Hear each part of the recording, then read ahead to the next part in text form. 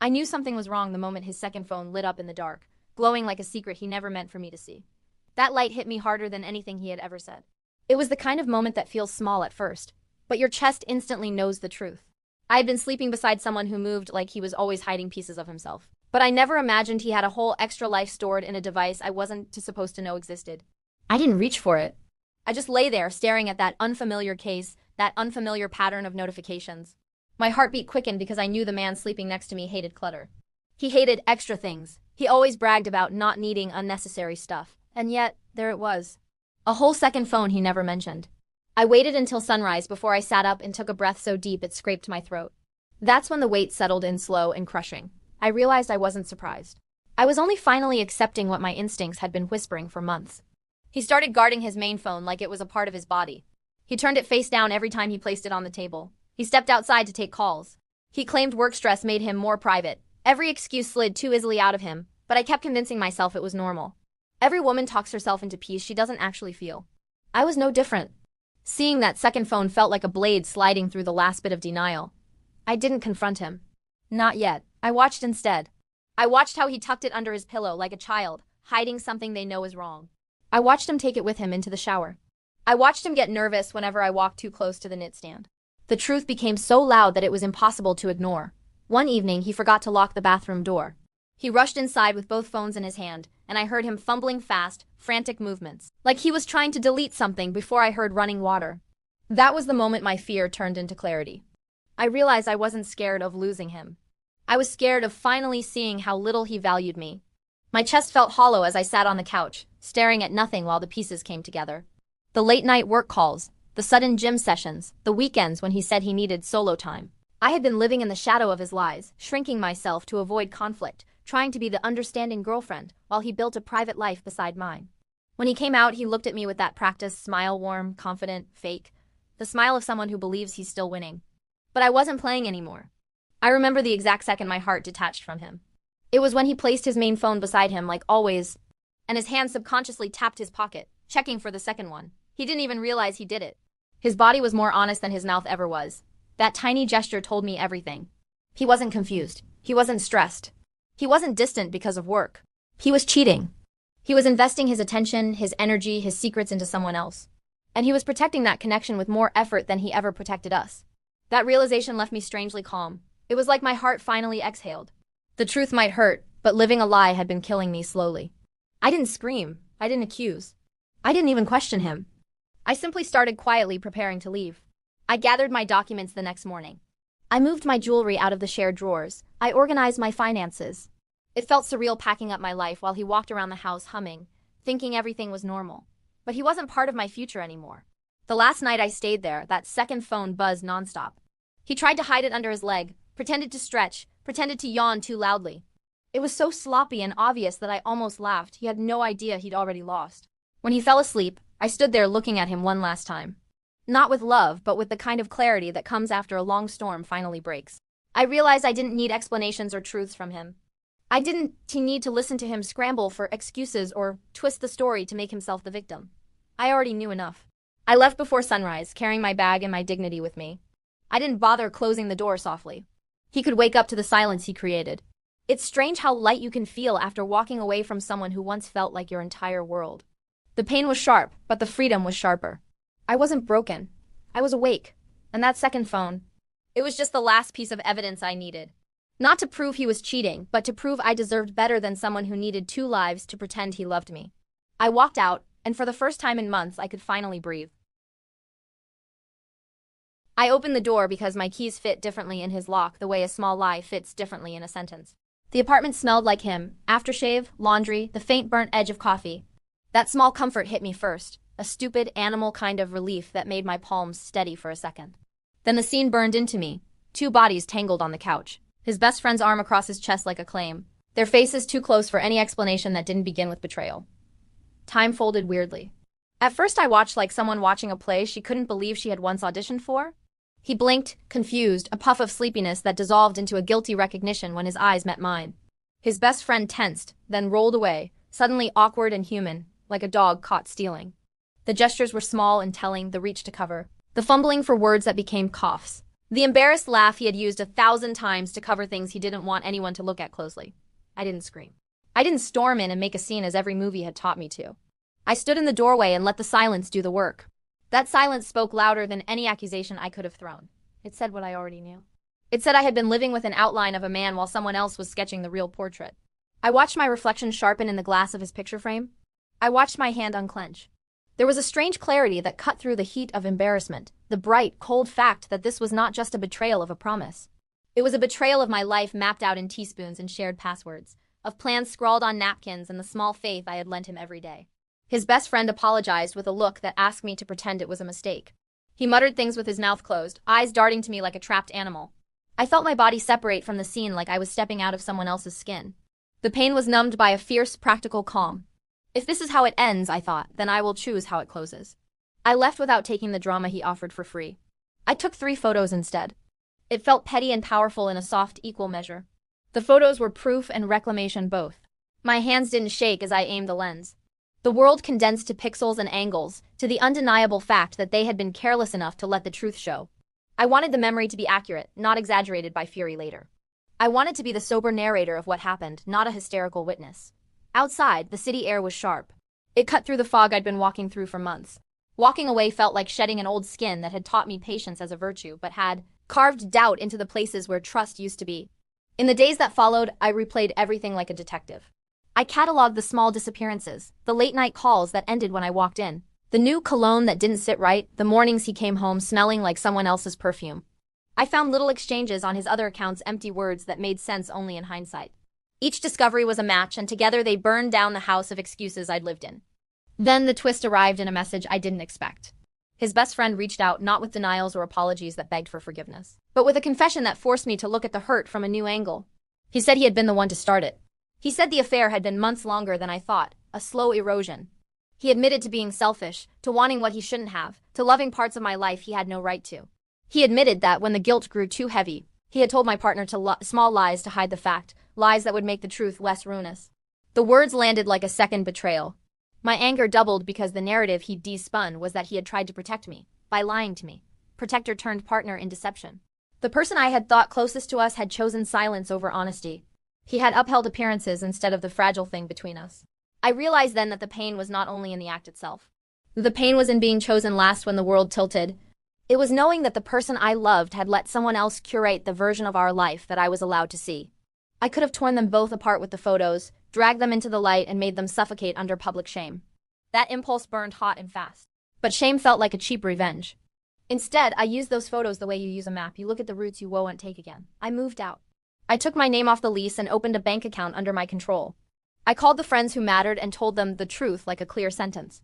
I gave myself permission to grieve without performance. I learned to make coffee on my own and to fold towels with the care I used to reserve for him. Power, I discovered, was not in getting him to suffer. It was in reclaiming the life he tried to divide. Months later, I passed him on the street. He looked older in a way that had nothing to do with years. His best friend glanced away. There was no grand confrontation, no scene, only the quiet, weightless recognition that the world had rearranged itself. I had expected to feel vindicated. Instead, I felt strange and light, as if I had woken from a dream and the furniture was all in its right place. The truth had been ugly and specific, but it had given me the thing I had been begging for without knowing it. The clarity to leave. The clarity to stop making excuses for someone who refused to choose me. I kept the photos locked in a folder. Sometimes, late at night, I opened them not to relive the betrayal, but to remind myself of the moment I decided I deserved honesty. That small, sharp decision turned out to be the thing that saved me. I knew he was cheating the moment he called me dramatic for noticing the emptiness he left in my life. But the worst part wasn't the cheating itself. It was how confidently he blamed me for it, as if my heartbreak was just an inconvenience he had to clean up. The truth hit me slowly, like a bruise spreading under the skin long before the pain becomes sharp. It started with the way he stopped looking at me during conversations. His eyes would drift to the corner of the room as if he was waiting for someone more interesting to arrive. At first, I thought he was tired. Then, I thought maybe I wasn't trying hard enough. Somewhere along the way, I stopped thinking about myself at all. That was the real beginning of the end, even before I realized there was another woman. The night everything unraveled is burned into me like a scar. I was scrolling through my phone when a message popped up on the shared tablet, something he had completely forgotten we both were logged into. It was an unfamiliar name, a woman's name, followed by a heart emoji. A few seconds later, another message appeared, a confession of how much she missed last night. I didn't cry. I didn't shake. I didn't even blink for a moment. I just stared at the screen while the pieces of my life rearranged themselves into a shape I didn't recognize. I felt the kind of calm people talk about before a storm destroys everything in its path. When he walked through the door that evening, humming like he hadn't just blown our life apart, I waited for the perfect moment. I watched him take off his shoes, toss his keys, stretch like he carried no guilt at all. Then I said his name slowly, sharply. He froze. Not with fear, with annoyance. Annoyance that he had been interrupted before dinner. Annoyance that he sensed I was about to make him uncomfortable. That alone told me more truth than the messages ever could. I asked him about the woman. I didn't scream. I didn't accuse. I simply said her name. He stiffened. His shoulders locked in place for a split second before he let out a sigh that sounded rehearsed. Then he said the line that still echoes in my head. You reimagining things again? Imagining. Again. As if I had a history of inventing pain for sport. As if his betrayal needed my permission to exist. When I showed him the messages, he didn't apologize. He didn't crumble. He didn't explain. He rolled his eyes and said, if you weren't so controlling, maybe I wouldn't need someone who actually listens to me. That sentence didn't break me. It woke me. All the nights I stayed up worried he didn't love me anymore. All the mornings I asked myself what I was doing wrong. All the moments I made myself smaller to keep him happy. Suddenly snapped into place like a puzzle I had spent years trying to force together. He wasn't cheating because of me. He was cheating because he felt entitled to comfort wherever he could find it. The more he talked, the clearer it became. He had rewritten the story in his head, turning himself into the victim and me into the villain who pushed him away. And he believed it. He believed his lies so deeply that he looked at me with genuine irritation, like I had inconvenienced him by catching him. That was the moment my heartbreak turned into something quieter, stronger, resolve. I packed a small bag, not because I planned on leaving forever that night, but because I needed space to hear my own thoughts again. When he saw the bag, he smirked. He said, go ahead. Run away like you always do. But I wasn't running. I was saving myself. I walked out the door, and the air felt colder than I expected. I realized how much of my world had bent itself around his moods and needs. My phone buzzed with his messages, first demanding explanations, then mocking me, then begging me to talk. The shift was fast, desperate, but I didn't respond. I stayed at a hotel. I slept in fresh sheets that didn't smell like arguments waiting to happen. I stared at the ceiling and felt grief and relief battling inside me. The next morning, I returned to collect the rest of my things. He was waiting, eyes wild, voice shaking. He said he made a mistake. He said he loved me. He said she didn't mean anything. He said all the lines men like him keep tucked away for emergencies. But then, when he saw I wasn't changing my mind, he said the thing that sealed everything. If you walk away now, you're the reason this relationship failed. I didn't answer. I didn't owe him clarity. I didn't owe him forgiveness. I didn't owe him my pain. I simply walked past him, picked up my suitcase, and left. The click of the door behind me was softer than I expected, but somehow it felt like thunder under my feet. The healing didn't happen right away. Some nights I woke up thinking my world had ended. Some mornings I remembered I could build a new one. But with every day that passed, I realized something important. He didn't cheat because I wasn't enough. He cheated because he was too little of himself. Blaming me was his last attempt at power. Leaving him was my first act of taking it back. Now, when I look back, the betrayal doesn't define me. But the way I walked away does. I didn't go looking for the truth that night. It found me, slipping out from the corner of his screen like a shadow that finally got tired of hiding. His phone buzzed while he was in the shower. It was nothing unusual. He always left it on the dresser, always face down, always locked. But this time, the screen lit up just long enough for a preview to flash. A single sentence. A name I didn't recognize. And a tone that didn't belong in a normal conversation. My stomach sank with that quiet certainty you can't explain but can't ignore. I didn't pick up the phone. I didn't break his trust to confirm he had already broken mine. I just stared at the blinking notification and felt my world tilt. When he came out of the shower, he grabbed the phone too quickly. His fingers curled around it like he had been burned. He forced a laugh, forced a stretch, forced normalcy that didn't match the panic in his movements. That was the moment the truth started whispering. In the next few days, he grew more careless. His smiles were thinner, his excuses thicker. He started showering with his phone. He carried it from room to room like a lifeline. He changed his password subtle but obvious. And every time I walked in, he tilted the screen away from me with that smooth, practiced motion a guilty person doesn't even realize they've mastered. Still, I didn't confront him. Not yet. Not without evidence. Not without something I could trust more than his trembling explanations. The evidence arrived by accident. One night, he fell asleep on the couch, phone in hand, screen unlocked. I saw the glow before I saw the words. And something inside me said, don't look. You already know. Looking will just hurt. But hurt has a way of demanding clarity. I stepped closer quietly, as if my own heart might wake him. The chat window was open. The messages were recent. The words were undeniable. There were photos, plans, Conversations that stretched back months. Memories he had made while telling me he was busy, drained, or just tired. The worst part was how alive he sounded in those messages, playful, warm, eager. Versions of him I hadn't seen in ages. Versions he had chosen to give someone else while I kept begging for scraps of attention. I didn't take screenshots. I didn't need to. The truth etched itself into me deeper than any picture ever could. I closed the phone, placed it gently on his chest, and walked into the kitchen because I needed a second to breathe without breaking. My hands shook over the sink. I stared at the empty counter and wondered how many times I had blamed myself for his distance. Too emotional, too sensitive, too demanding. Too much.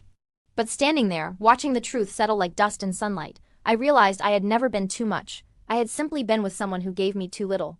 He woke with that confused, groggy blink, unaware of the storm waiting for him.